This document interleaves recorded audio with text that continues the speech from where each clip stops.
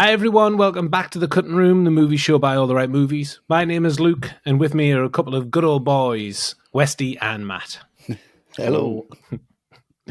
This episode of The Cutting Room has been voted by and created especially for our Patreon supporters. They've got access to these special episodes a full 12 months before they go out on general release. As ever, guys, thank you for your support. Every one of you, it doesn't go unnoticed. Yes, thank you so much, guys. Really appreciate it. Really do. Thank you. And if you'd like to get access to a brand new monthly Cutting Room video 12 months before anyone else, you can sign up to be an All the Right Movies Patreon supporter for that and loads of other world-class movie content at patreon.com/All the Right Movies. Hey, what you waiting for? Yeah, this is it. I know, right? As mentioned, our patrons decided the subject of this episode. We asked you guys to give us a list of films that you wanted us to talk about, and the three of us here picked out one each for your suggestions, put them on a poll for our patrons to decide on their favourite. I thought we'd be going Sizzler with White Men Can't Jump. We go with this. Westy wanted to get back to nature with Deliverance, and Matt, the perfume ponce, went for a British cult classic, Withnail and I. I called him a ponce. And now I'm calling you one. Ponce! Sorry. Brilliant. As is often the case, Westy was the big winner. Deliverance came out with 45% of the votes. Withnail did very well for itself considering 35%, and WMCJ was left with a disappointing 20%. Big winner, Westy. Happy with yourself? Yeah. Well, yeah, I'm happy with my choice, and I'm very happy with myself, yes. Yeah, Thank sure. you. Yeah, you should be. Justly. Of course I am. Yeah. Well, as you top the poll, Westy, why have you chosen Deliverance? I chose Deliverance because I think it's one of them films that are really important, and one that I came to very, very late. Really? I'm talking about 2 years ago. Wow. Holy shit. Yeah, like really, really late. And I was put off by it because it Obviously. just had this reputation of just being really, really dour, and I didn't think it was something that I was going to enjoy at all. And you know what really put us off? And when we used to go to the video shop, and there was a poster up for it, and it was that shotgun coming out of the lake. Oh, yeah. And I thought, Jesus Christ, I don't think I'm interested in this. And then my dad was always like, oh, no, Deliverance, no, you don't want to watch that, bro, no. It never sprung to mind when I would always prefer, the likes of Southern Comfort or something. I'd see that first. I loved Burt Reynolds in, like, Smokey and the Bandit, so I didn't really want to go anywhere else with that. Ronnie Cox to me was always in RoboCop. Ned Beatty was in Superman. So to me, these were all, like, kind of films that I really enjoyed. And I was like, I don't really want to see these guys go through this thing. And then I finally saw it and I thought, I get it. This needs talking about. I really getting it now, because without this film, there would be a real gap. There'd be no Southern Comfort. No, exactly. There would be no First Blood for a start. So I think it's just, it needs its time in the spotlight, and it needs to be discussed. It is a great, great film. Mm-hmm. And what about you, Matt? Well, I do prefer Just Eat. I think they get the food out to you a bit quicker. The website's a bit... Or Deliverance. Sorry. Deliveroo. Right, sorry. Thought it was a weird subject to talk about. But okay. Did you write that one? Fantastic. Deliveroo or Just Eat, I never know. It depends who's got the discount. Where the fuck's he going with this? I was like, what? Just eat what? Just eat, boy.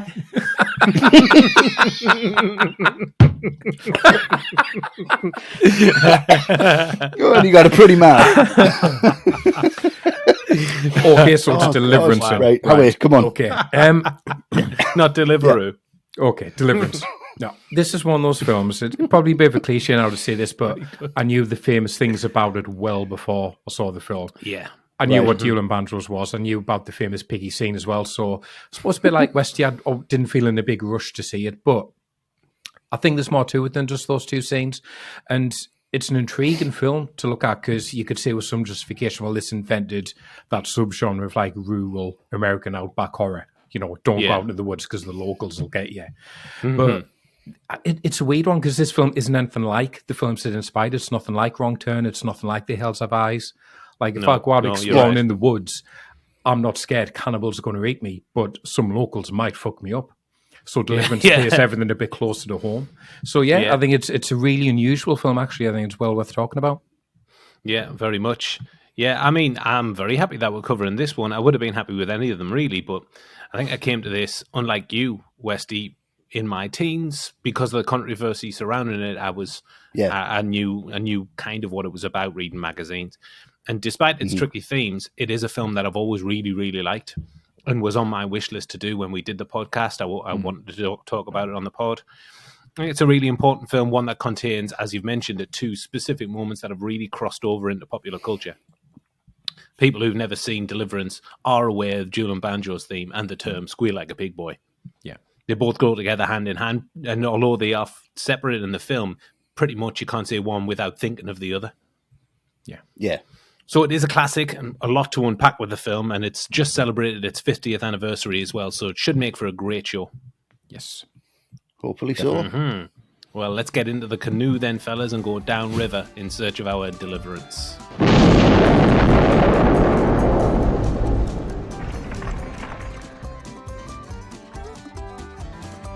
Four city boys head out into the country to canoe down the Cooloowassie River before it's dammed to generate power for city dwellers. Their idyllic weekend retreat quickly turns very bad when they face up against some roughhousing locals who don't take too kindly to outsiders, putting it mildly there. Oh, yeah. Written by James Dickey and adapted from his novel of the same name, Deliverance was directed and produced by John Boorman, distributed by Warners and released on the 30th of July 1992. Burt Reynolds stars as Lewis, John Voight as Ed, Ned Beatty as Bobby, and Ronnie Cox as Drew. On the show, we're talking about John Boorman as director, James Dickey's screenplay, and the main cast. We'll pick out our highlights from the film before we round things off very nicely with our score out of 10. First up, though, the director. Before John Boorman was on board to direct, James Dickey was hell-bent on Sam Peckinpah directing his script. He thought the material was right up his alley, which, of course it is. Yeah, totally. But Peckinpah's previous picture, The Ballad of Cable Hogue, went $3 million over budget, 70,000 of which was his bar bill in between filming. So Warner's lost the love for him because of that. And there are folks. Isn't that $1 million more than this whole budget? Yeah, it is $3 million over. Yeah, crazy. Yeah. So they've focused their attention on John Boorman, and he came with a big pedigree. Point Blank in 67, Hell in the Pacific 68, and 1970's Leo the Last, a flop, but Boorman did win the Best Director statue at Cannes. So a man from our shores, Westy, what do you think of Boorman's work on the film? I love Boorman's work on the film because he just brings a real power to it, a real realistic flair. It would be a really picturesque place. It'd be beautiful. Oh, yeah. But he's desaturated it. He's made it look terrifying. He's made it look very unwelcoming. He holds a lot of wide shots. He moves the camera beautifully and frames all four of the guys. He doesn't kind of prioritize any character. He knows exactly where people are going. And I love what he does with the action sequences and how he paces those. I think it's very, very First Blood. There's a lot of influence on that. Yeah. And he stages his dialogue sequences with this pace that's almost the same as the action sequences. Like, you're just on edge all of the time. Even the opening sequence, you've got this voiceover, and the car drives past and the voiceover disappears, and you have this silent car.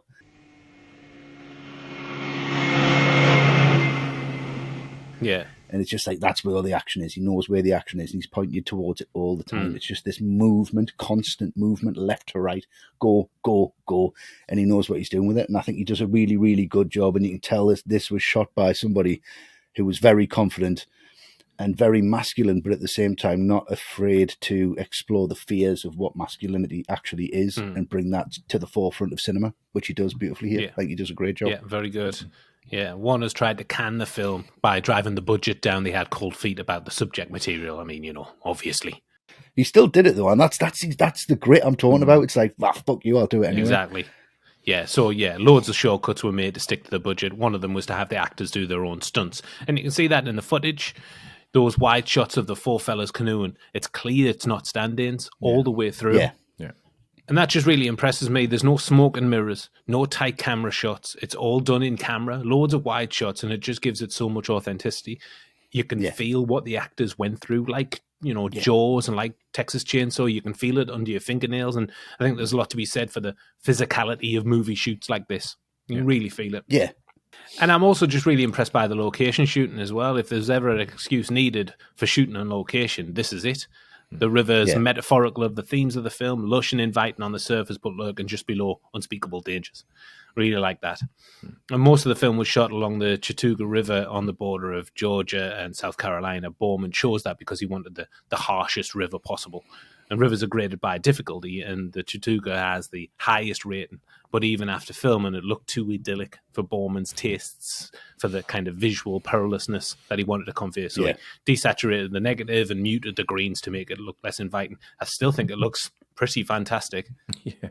And since the success of the film, the area has seen a boom in tourism, and canoeing is now like a multi-million-dollar business in the area. And that was led by Claude Turry, who was Voight's stunt double in like one scene. That's the only time they needed a stunt double, but he kind of taught them the basics before they shot. Right. And he set up his own rafting company. In the 4 years after the film's release, it was so popular, but still so dangerous. 17 people died on that river 4 years in the 4 years in between.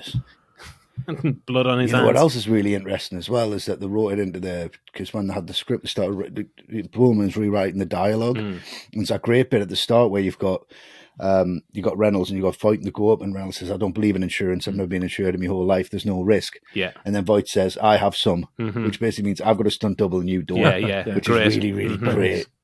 Insurance? Shit. So yeah, location shooting and authenticity, all first rate for me. What about you, Matt? Yeah, great. And what I think is interesting, though, is Boorman is British, making a very American film. Because this isn't something where he could get the script and he would go, oh, you know what, I can change this. I can set this in Britain. I'll put this out on the movies or whatever. It wouldn't work like that for several reasons. You'd have to change so much about the character, so much about the location. So what I think he does is he brings this British viewpoint to the film and to the cast and to the area. And I think it does help give the film a sense of what it's like to be an outsider, to be looking in on somewhere new for the first time, and for things looking different, even though you think you understand them, which is key to the film. And I think you get that in the characters. I think Lewis, at first glance, he's the all-American hero at home in the wild, but not the way that Boorman looks at him. I think Boorman finds him slightly silly, all that kind of macho posturing. And I think a lot of that is in the writing as well with Lewis, which we'll get to. But it's also in how out of place they always seem. Like when they arrive at the gas station, it looks like it's from a bygone age. Everything's rusted, everything's falling apart. These men don't belong to this time. It's two different time zones in the same place. The communication difficulties they have with the locals, always having to repeat themselves, never understanding what's being said back to them. Like when the banjo starts and that old fella starts dancing along, they think it's hilarious and weird, but actually that's just the way they live around there. But if you're an outsider, it's going to look strange. And, you know, it only continues once they get to the river, all those huge wide shots of the landscape of the river. And the four men are just insignificant against it all. They don't belong there. And I think Boorman is able to look at all that in a way that an American director possibly wouldn't or couldn't. So, I mean, obviously his personal experience making this is vastly different to what the guys in the film go through. But even so, Boorman was still in a foreign land. So there's some commonality between like his point of view and the character's point of view. So for me, that's what makes this film so distinctive. We've seen it put together by someone who just doesn't quite belong there anyway. And I think that's what he brings to it. Like we are observers to everything. It's just really well shot. Everything's just so wide. And it's just like postcards of you see everything that's in the frame. Yeah, postcards of a bygone era, Fantastic.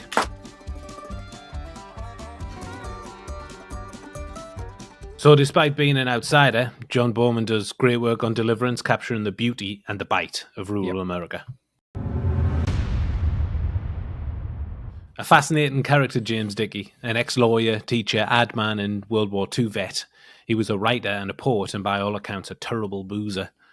Reynolds said that Dickey was, quotes, a guy who, when he's had a couple of martinis, you want to drop a grenade down his throat. I know a few people like that, yeah. I don't know if it would go down that easily than just pop it in there. As he said, what if it was Reynolds? He would shove it right in down there. Dickey's screenplay for Deliverance was based on his novel of the same name from 1970, a lot of which he claims was based on real events. John Boorman didn't buy any of his claims after he capsized a canoe on set while just trying to get in it. This happened to me in real life. I don't think it did. Dickey got very pissed off when Boorman cut the first 19 pages out from his script and spent a lot of time in a local bar complaining to anyone that would listen. Things bubbled up and he eventually confronted Boorman on set, and a fistfight ensued, and Boorman wound up with a broken nose and 4 shattered teeth. And Dickey was ejected from set. But, they later resolved the differences, and he even shows up as the sheriff at the end. He does, doesn't he? Yeah. Sheriff Bullard. Yeah, that's the guy. Yeah. So, over to you then, Matt. Dickey's script. What do you like? I like the fact that it creeps up on you, because I hadn't seen this in quite a while, and I thought Deliverance, very visual, very visceral. And I honestly thought, I don't know how much I'm going to get out of the writing.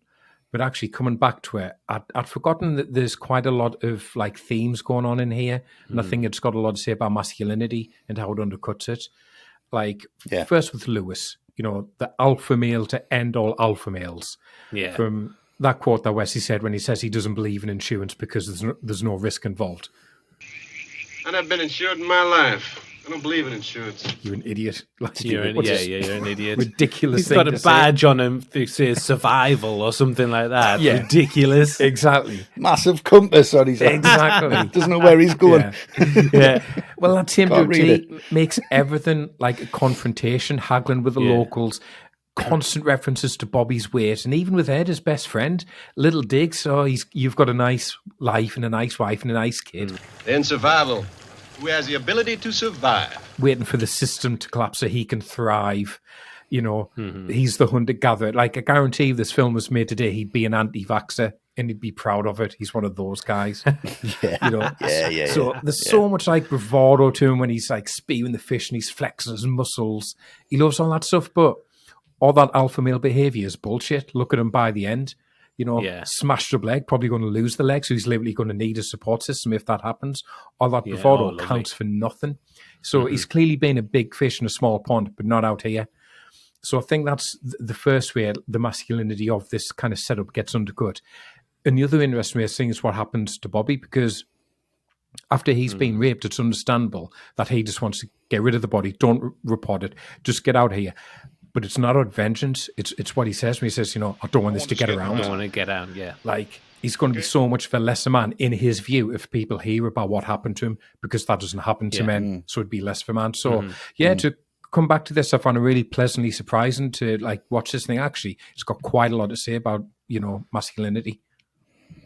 Yeah, very much, and particularly for the time as well. Yeah. Oh, yeah, definitely. I think that comes, like what you were saying, Matt, I think that comes from Boorman as an outsider. I think just a different slant on the usual Hollywood tales. Yeah, different perspective. Yeah. I want to talk about the metaphorical raping of the land. I mean, it's not really very subtle what the film's trying to say, especially considering that scene that you've just talked about. But it is laid out in the film's intro. As soon as it opens, we see the land being ravaged by development, and Reynolds' voiceover reinforces that as well. And you know what's going to happen? We're going to rape this whole goddamn landscape. We're going to rape it. Oh, Lewis, That's an extreme point of view, Lewis. The 4 fellas are searching for deliverance, getting back to nature and more primeval ways of living. And, they do get it. I mean, that serves as a metaphor for the ruthless nature of the city way of life, raping the landscape of its natural beauty for commercial development. And in this film, the country's fighting back against the symbols of the city, the 4 guys. And the country versus city thing is everywhere. You can see it in the costume design. It's in their dialogue, their outlook, their behavior towards the locals. They're totally dismissive of their values and way of life. And it's the land, or the water, where the fellas fall most foul. The script does rely heavily on the unfortunate southern stereotype. They've got everything they need. They've got food, they've got water, they've got gas when you haven't got it. They've got the ability to move your vehicles. They know for a fact not to fuck with the river. They know for a fact that, they know how to survive out there, and you don't. So you're not better just because you come from a civilization. And I think it's really good the way they explore that. And I think it's really good that it shows that these 4 guys almost represent the flood that's coming to their civilization. Very good. To the way that they're taken over. And he actually asks when they turn up, are you guys, from the electric company about the dam? And they're like, nah, we're not bothered about that. Like, because you're from that place, aren't you? Power company? What power company? And I love the way you wear that hat. And he's like, you don't know anything. Yeah. The guy takes it off and he's like, you don't know what the fuck you're talking about. You've got no idea. You're out of your depth. And it's really excellent what Dickey does is say that this is a world and this is another world. But you've got to understand it and you've got to appreciate it and you've got to respect it to go into it. You can't bulldoze you into another civilization and expect it to have your rules because you will be punished. And that's what I get from the writing. And I think it's very, very clever and very, very nuanced. And I don't really think Deliverance gets the credit it deserves for that nuance and for what it's saying about America as a country and what it believes that civilization is, and how it just tries to bulldoze into other countries and project their civilization onto somebody else's without understanding it first. And I think they get punished for that. You know, they wake up screaming in the middle of the night and they've got to deal with it for the rest of their lives. And I think there's a massive lesson here. If you're going to go somewhere else, you've got to appreciate it, you've got to respect it, and you've got to go in with an open mind, and you can't bring any of your own bravado into it. Exactly. You've got to understand people and understand their culture and their civilization. I think Dickey's really, really ballsy to do that. And I think the combination of Britain and America here teaching the whole audience to say, we've done everything wrong up to now, let's try and change it, is really, really great. Very nice. Yeah, good points. I think it's a lot more than what is perceived. I think just to kind of match your survival film. There's a lot of themes, and I think it's really well written. So, you know, despite bad on-set behavior, terrible booze, and a really great script from James Dickey. A strong cast in Deliverance, all of which gained great fame as a result. Other actors in the frames for the role, all of the roles, were Gene Hackman, Lee Marvin, Jack Nicholson, Marlon Brando, Henry Fonda, George C. Scott, Warren Beatty, Chuck Heston, and Donald Sutherland. They all either turned it down, were too expensive, or weren't happy about the violence. Some big names there, but what we got was John Voight, Burt Reynolds, Ned Beatty, and Ronnie Cox. And I'm going to start us off by talking about John Voight as Ed Gentry. Nice. Ed. All too expensive, I would have thought. All the full budget. Everything was too expensive. Voight was probably the most famous out of all the cast, really. Oscar nominated a few years before for Midnight Cowboy, but his career was in the shitter after The All-American Boy, and he later claimed that Boorman saved his life by putting him in Deliverance. And although all the characters are changed by the events, I think that Ed has the biggest arc. He's certainly the best written character for me, and I think his complexities and his vulnerabilities are very well conveyed by Voight, even down to his physicality, because he's slight. He's not as surly as Reynolds. He's got that little tash. And we get that scene at this. He smokes a pipe, exactly. Yeah, he's too genteel, isn't he? He's too genteel for this environment. Yeah, little pork pie hat. Pork pie hat, yeah. We get that scene at the start where he can't bring himself to kill the deer. Actually, he didn't need to, because the deer was given sedatives to keep it under control when filming, but they gave it too much and he died soon after the scene. Boorman was devastated. Yeah, he's got blood in his hands. I think that Ed is forever striving to be like Lewis, but he hasn't got it in him. Obviously, it's not in his nature. And I get the feeling that he decides to dump the body because he wants to show his mettle and he doesn't want to go against Lewis. We understand Bobby's reasons for wanting to dump the body, but Ed doesn't really have one for not contacting the police. Yeah, I'm with Lewis. And I think there's something, it's underlying, it's unsaid. I might be reading it wrong, but there's an attraction there between Ed and Lewis. Maybe not, maybe it's a one-way street, but it's certainly the lingering looks and, you know, the unspokenness of certain scenes. Similar to what you were saying, Matt, that the film subverts those macho, heroic leading man tropes. You would bet your ass, like at this period as well, and maybe a decade or two afterwards, that Lewis is the tough guy. He's the one scaling the cliff face and saving everyone. If this was like a Schwarzenegger film, that would be happening. Knock, knock. But he's left a blubbering mess by the waterfall, and Ed has to come through. And really good writing, because that means that the struggle up the cliff and killing of, you know, the toothless guy is felt a lot more strongly because we know these perceived frailties in Ed's character. I really like that. Yeah. If it was Lewis, he'd be up that cliff, kill the guy, back down for brandy and cigars in a flash. No problem. He'd like to think that. He would like to think that. Yeah. I do think Voight's line delivery is lacking somewhat, and I don't know if this is a problem with the film overall. Is that it's clearly been looped, the dialogue, because obviously the noise of the river has drowned out their dialogue, and I think you can see that throughout the film. I don't remember nothing. Nothing. That eulogy that he gives before he dumps Drew into the water isn't fantastic. He was a good husband. to his wife, Linda. He promises he'll do all he can for his kids, Jimmy and Billy Ray, if they get home. And I think that's an empty gesture, to be honest. I don't think he's going to do that. But overall, I think it's a really well-written character, and Voight does a really good job putting that on the screen convincingly as well. Westy, who are you going for? Yeah. I'll go for Burt Reynolds. Yes. The man with the plan. Yeah. He knows everything. Great wetsuit. He knows where the river is.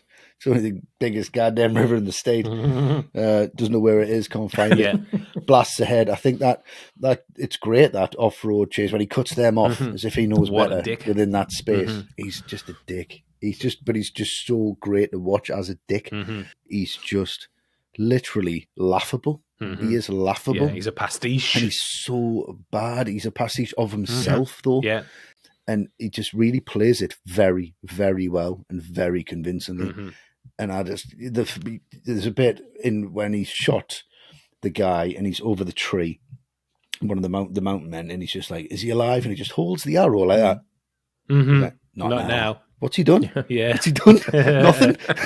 He doesn't know anything. And he's like, it's a center shot. Yeah.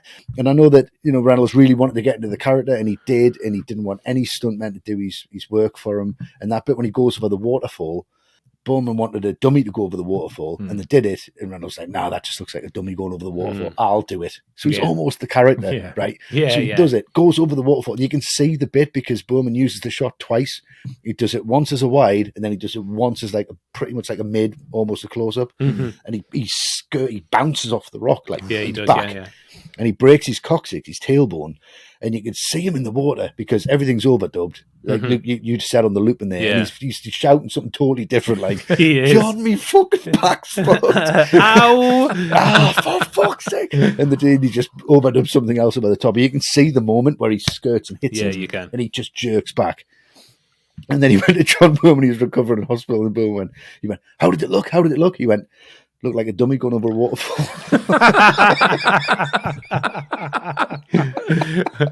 So brilliant. It's just the character inside the character. But I think he plays it well. And I'll talk about it in me highlight of where I think he really shines. But yeah, great character. Really well played by Reynolds. I think he kind of swallows his pride a little bit and knows that he's going to be a bit of a dick. Yeah. And really relishes in it. Yeah, I like that. In it. Yeah, it's great. He didn't just break his coccyx. He was taught that if he got caught in like a hydro floor, to swim to the bottom and it would shoot him back out. So he did that at that moment, and he shot back out like a torpedo. According to him, and I don't know if I can believe this, but according to him, he was found sometime later, a mile downriver, fully nude because the force of the water had ripped his pants clean off. Just pause. Did he pose for Cosmopolitan at that point? Which cost him the Best Picture Oscar, probably. Yeah. Well, that's it. Yeah, he did. He posed for Cosmopolitan. He claimed that would cost them the Best Picture and Best Director, even though The Godfather won Best Picture. And he was supposed to be in that. Marlon Brando said, if Burt Reynolds is in there, I'm not doing it. Yeah, that's right. He's meant to be Michael, wasn't he? That's ridiculous. He was. Yeah. Fantastic. Matt, who are you going for? I'm going to go for Ned Beatty because I feel a bit sorry for him. I think he gets overshadowed a lot when people talk about this film because you got Voight, you got Reynolds in there. And I think people just think, Beatty in this, the pig scene, and that's it. But I think he does a lot more than that. And I think what struck me in this rewatch is I think he immediately marks himself out as someone who is going to get in trouble. And he's probably the most unlikable out of all of them because as soon as they arrive, straight away he's taking the piss out of everything. Pointing at the car. Oh, that's my old car because it's old and trusted. And when that first local turns up, Beatty just literally turns his back on him. Lewis? Got a live one here.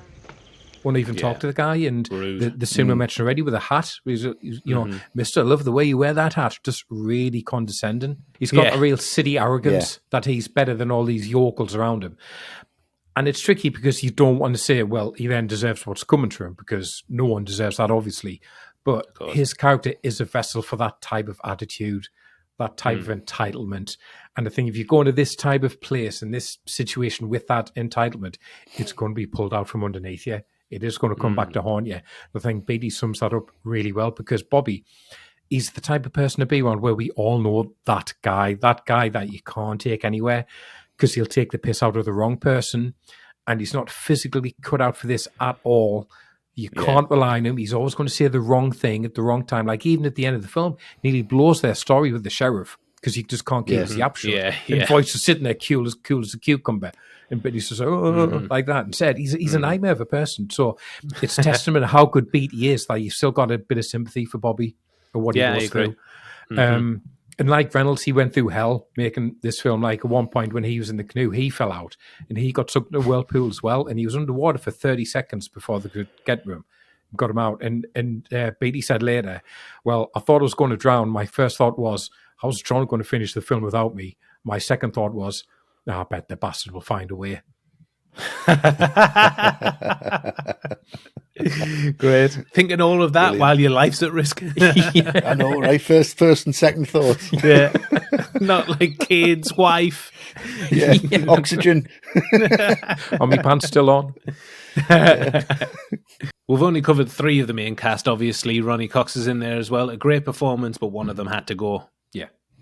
Yeah, he's great. I love Ronnie Cox. I love his real kind of generosity and his real innocence. But you know that in real life he's double jointed, right? Yeah. So you know when they find his body and his arms wrapped round his head, that wasn't a prosthetic. That was him actually just moving his arm around his head, which is one of the most terrifying things I've seen. When you see the camera comes back and you just go, "What the fuck's the matter with him?" But he's actually it was his suggestion, and you just think that's just absolutely brilliant. terrifying. Yeah, he's been mangled. It's amazing. He said that people come up to him and say that that's the fakest looking thing in the film, but he says then he does it. It's the only real thing in the just film. annoy them. Watch this. Yeah. So despite their relative lack of experience, the cast of Deliverance come out of it with flying colours. Great performances. All 4. All 4 excellent. Yeah, flawless. We're choosing our favourite scenes from the film in this segment. I think you'll be able to guess 2 of them already. And here's the first. I'm going for the Duelling Banjos scene at the start. These 4 idiots arrive in the middle of nowhere and instantly think they're smarter than everybody else in there. Yeah. Which I do think is a brave filmmaking decision, because at this point in the film, I'm thinking these guys deserve everything that's coming to them. 4 smart asses. Yeah. But because the act against Bobby later is so heinous, it kind of swings the balance back. So we're wrestling with that all the way through, which I really think is good. Really good choice. But in this scene, like I mentioned earlier, there's a strong juxtaposition of city versus country. You've got that great production design, like the sleek and shiny station wagon the boys have compared to the rust buckets the locals have. Even the guitar compared to the banjo. And the musical moment itself, it mirrors the visuals of the film for me. On the surface, it's kind of a joyous moment. That weird dude is dancing away. He loves it. That wasn't even scripted. He just took it upon himself to have a little jig. Ronnie Cox is having the best time. He's a guitar man as well. He can play the guitar. Mm-hmm. But just below the surface, you know that something is badly wrong with the whole situation. There's just a sense of unease about the whole thing. And maybe that comes with the knowledge of we know what's going to come upon rewatches, but it just feels uneasy. Yeah. The actor in the scene who's playing the banjo is Billy Redden. He's a local from the area who couldn't actually play the banjo. An actual banjo player, a local as well, sat behind him, hidden with his arm through Redden's sleeve.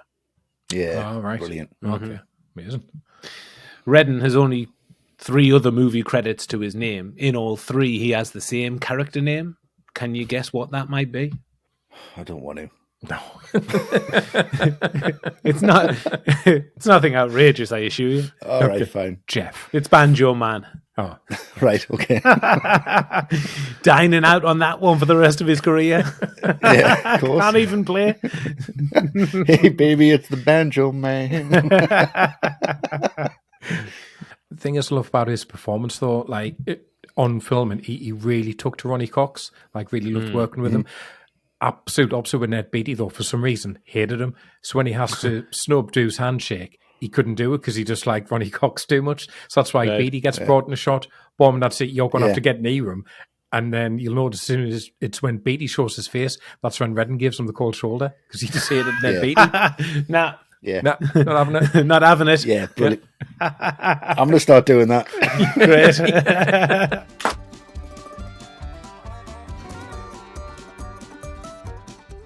Great. The song itself, I mean, was a smash hit. It went to number 1 in the charts the year after, which, I mean, is insane. I mean, it's a catchy number. I mean, it's really catchy. Yeah.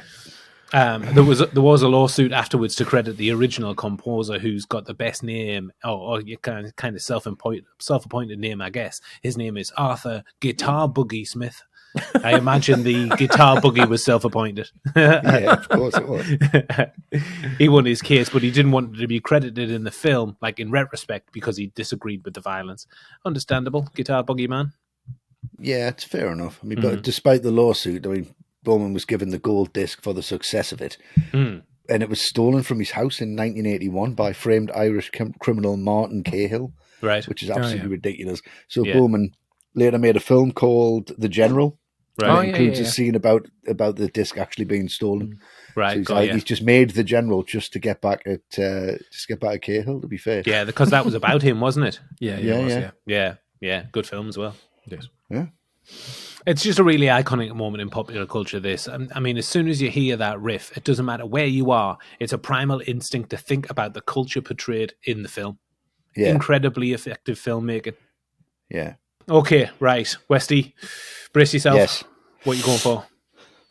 What do you think? The really hard-hitting, out of nowhere rape sequence. Yeah. There's no way to sugarcoat it, really. No.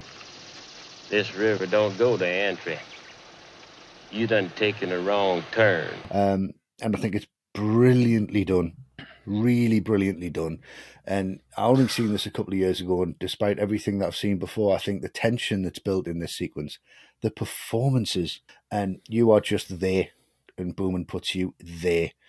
And it's just that whole crescendo of what we've been building up to, and you're thinking, well, how are they going to be punished, and how are they going to offend these people anymore? And it's just when you start mentioning the bootlegging, the moonshine. Yeah. Obviously, you need to break the law to become civilized. You're not, Of you're course, not yeah. good like me. You haven't got a proper job, and they take offense at that. Right, yeah, you making some whiskey up here. Well, buy some from me. We could use it, couldn't we? Boy, you know what you're talking about? And I think this whole sequence is about them overpowering them physically because they can't do it intellectually, or they don't feel like they can do it intellectually. And I think there's an audience who feel that. And I think the male audience feels that because it's the first time that they've kind of seen this in this context. But Burt Reynolds was interviewed and said that women understand this film far more than men do. They understand what this feels like. They understand how terrifying this could be. And for a male audience, it has to be in the outback. In Pulp Fiction, it has to be in a basement. And, in all of these places, it has to be somewhere that's not normal. Yeah. But for women, every day, that fear and that feeling is normal in your own hometown, in your own street. As soon as it goes dark, it feels like Deliverance. And men don't get that. And Boorman, that's what he's trying to say. He's like, this is how scary it is to be overpowered and have no control about what someone's doing to you. Yeah. And to be completely helpless. It boils down to this animalistic, disgusting kind of devaluing of a human being to an animal, which I think pigs are great. I've never met one, but I'm sure they're great. But still, to devalue a human being to that, to squeal like a pig. We understand that because pigs torture, the abattoirs are then in your mind, there's all this overpowering that we are as human beings, but that should not be done to anything, to anyone. Yeah. And it's just so well played out and so well done. I'm upset that it has been parodied that much and that I heard it in school. Yeah. And people used to hear it in school. It was why? It's completely passed over. It is, and passed it's lost over its meaning. And I think that's a real shame because it has got real power. You see Lewis come out with that bow and arrow and you go, yes, kill the fucking guy. And then he kills him and then you go, right, what do we do now? Yeah, it's the consequences, isn't it?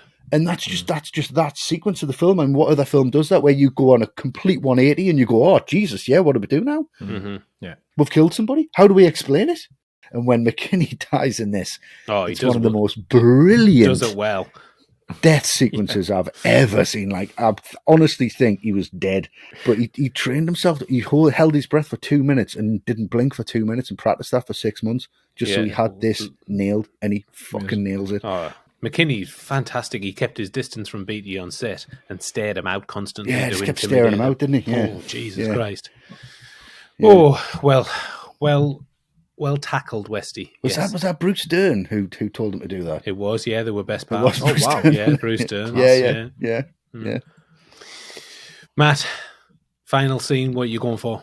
Well, I want to say it's a highlight, but I don't know if I can describe it as a highlight because personally I don't deal well with heights at all. I just don't like the thought of them. Okay. I watched that Free Solo documentary a couple of years ago and nearly passed out watching fantastic. that. So, obviously I've gone for Ed climbing up the cliff to get the marksman. Why would I talk about anything else? Why not? Yeah. I mean, day for night. Shooting day for night. That's all you're going for. Well, I'm going to get on that bit, but it's visceral filmmaking at its finest. As we say, they couldn't afford stuntmen, so that really is John Voight climbing up that cliff. And he looks terrified. And he looks terrified. Insane. It is. He looks terrified. He does look you would be. And by the time he gets to the top, he looks absolutely goosed. Because he would be. All that pain, he has to go through the effort and that fear. It's just all in his face. And like the rest of the film, it's incredible location shooting, but we'll just mention there this whole day for night thing and that blue tint in post-production. I don't think that's aged at all well. It looks like a negative. It's horrible, isn't it? Point. And it really takes me out of the film. Really takes me out. Because it looks like... I thought I had the dodgy copy when I was watching it. That's it. Yeah, exactly. That's what it looks like. So it's unfortunate that that stands out so much as it does in the sequence because the rest of it, brilliant. Still gives me, clammy palms, that queasy feeling in my stomach. But I think it's another sequence ties in this thing about masculinity being undercut because he goes all that way to take out the marksman who's trying to pick them off below. And it's only through sheer luck that he does it. Like when he pulls that bow back and his arm is like jelly, like wobbling all over the place. Like to the point where it's probably detrimental to the believability that he gets the shot off at all, let alone kill the guy. But even while he does that, he manages to spear himself in the process like an absolute idiot. Yes. And then he's got to get all the way back down again. So, I think it's a brilliant scene. But that guy at the top who he does kill, he's called Herbert Cowboy Coward. And Coward would spend his nights on set sitting on the toilet drinking 24 cans of beer from a bath. And so when he arrived on set for the scene, he was tanked up to the gills. And he was watching them like lower dummy down the cliff for practice to see how it was going to look and like what the path was going to be to get it down there. Right. And Boorman went, see that? That's what you have to do. You can't move. And because he was so pissed, he just looked at him and went, if he can do it, I can do it. 24 cans. 24 cans. Just sitting on the... sat in the toilet. Probably makes sense to sit on the toilet if you're drinking that many. Saves you walking, doesn't it? Wonderful. Yeah, great scene. Great scene. Apart from that blue tint, the day for night. That I've never seen anything worse. No, to be honest, it's reflective of the budget, though, isn't it? I mean, the slow film stocks and at that time, and anamorphic lenses they use as well. You're not letting as much light into that spherical, so they're going to have to do something. You can't have a night shoot. That's probably going to cost the same again on the whole budget. And so dangerous a night shoot. Already super dangerous with Voight going up by himself, and so at night. Lit. Yeah, exactly. So 3 of the most memorable moments from Deliverance, at least 2 of which are etched into the Hollywood history books. Yeah. Finally, we're going to triumph by summarising and scoring Deliverance out of 10. And Westy, as you've got a real pretty mouth, would you like to go first?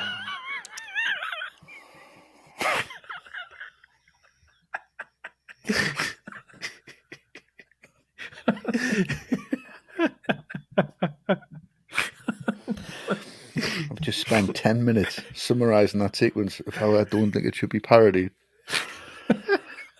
I'm keeping it in. Yes, I'd love to go first.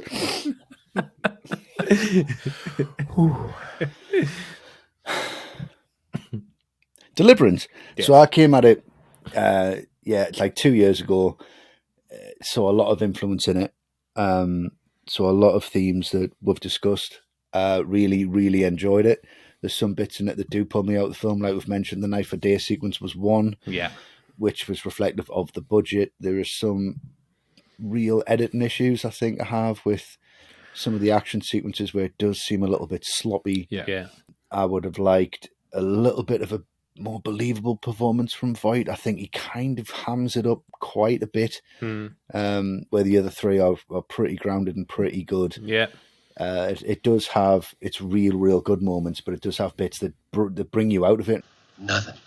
So for me, it's a brilliant film. It's very influential, but it is of its time. Mm-hmm. So I'm going to give it 8 out of 10. 8 out of 10. Right. Okay. Yeah. Solid score. What about you, Matt? With a bigger budget, it could have easily been a 10. A bigger budget and another month shooting. Yeah. And it would have been a masterpiece. Yeah. Nothing wrong with the cast or the script. Yeah. I think it's the budgetary constraints that pull it down. Yeah. It does feel very rushed because of the budget. Yeah. Matt, what about you? Yeah, I agree for the most part. I think there were definitely some budgetary issues here. There's one bit that, again, like The Day for Night takes me out of it, where they're on the canoe and the edit is so sloppy. I think at one point, Drew has like his hat and his glasses on, and then it cuts to them again, and his hat and his glasses have gone. It's a really bad edit and always takes me out. Yeah. But having said that, I hadn't seen it for quite a while, and coming back to it, I was surprised how much I got out of it in terms of the writing. I think Boorman does a really good job. Great location shooting, really strong direction, and I do enjoy all the performances. So it's a film that, for me, it's one where I don't think there's that much wrong with it, but it does lack that certain something that, from a very subjective point of view, gets me excited about this film. Like if you said, should we watch Deliverance tonight? I'd be like, yeah, okay. I wouldn't be like, oh, yeah, Deliverance, stick it on. And I also don't have like the nostalgic love for it. I didn't watch it when I was particularly young, so it's not a film I've really grown up with. So it's, for me, it's going to be roughly the same. I'm going to give it an 8.5. 8.5. Yes, indeed. Well, as we've been saying, it's a great film. Quite remarkable what he's achieved on a small budget. I know we've got a few issues there, but on a small budget like this, in this location, with these kind of action sequences, I think he's done really well. It's got a good script, good cast, great John Boorman direction. 2 moments in the film are some of the most iconic, and that, you know, that pushes the score up all the way. It's not a breezy film by any stretch, though, and you know, the Squeal Like a Pig scene, that leaves a real lasting impact, meaning that it's not one that I'll come back to again and again. Makes you kind of forget the rest of the film, to be honest. It does. It does. Yeah. It hangs over it. It really hangs over the film. Powerful, but by no means enjoyable. And those supposed, you know, day for night scenes when Ed is climbing up the cliff, they're so amateurish. They really let themselves down on that one. You know, I can kind of forego the editing, although it is noticeable. But that one, that just looks like an amateur film. So, considering all of that, Deliverance also gets an 8.5 out of 10 from me. Nice. Cool. Yeah. So, with all the scores in, Deliverance comes out with a respectable 25 out of 30. A very important film from 70s cinema landscape, and I think we've done it justice there, fellas. Very good indeed. I hope so. Yeah, I hope so. Hope so. If you think we did it justice, please like the video, subscribe to our YouTube account, and share with everybody who loves movies. And to our viewers who are coming to this 12 months' time, you can become an All the Right Movies Patreon supporter, gain access to brand new bonus cutting room show every month, and hundreds of hours of exclusive podcasts. Our entire podcast archive is available to our patrons, but you can also buy them individually at a knockdown price on our website, alltherightmovies.com. There are over 120 episodes of hilarious, extensively researched podcast perfection, if we say so ourselves. We've covered all the greats that Hollywood has to offer, and there's a lot of enjoyment to be had listening to them as well, so please check them out. Yes, please. Yes, please do. We had fun doing them, so have fun listening. Thank you, everyone, for tuning in, especially to our Patreon supporters. Without you guys, we wouldn't be doing this, so really much appreciated, and thank you, everyone, absolutely. for watching. Thank you, guys. And that is a wrap, fellas. Great job, but I don't think I'll see you for a little while. Very good. Say, Wesley, I love the way you wear that hat. You don't know nothing.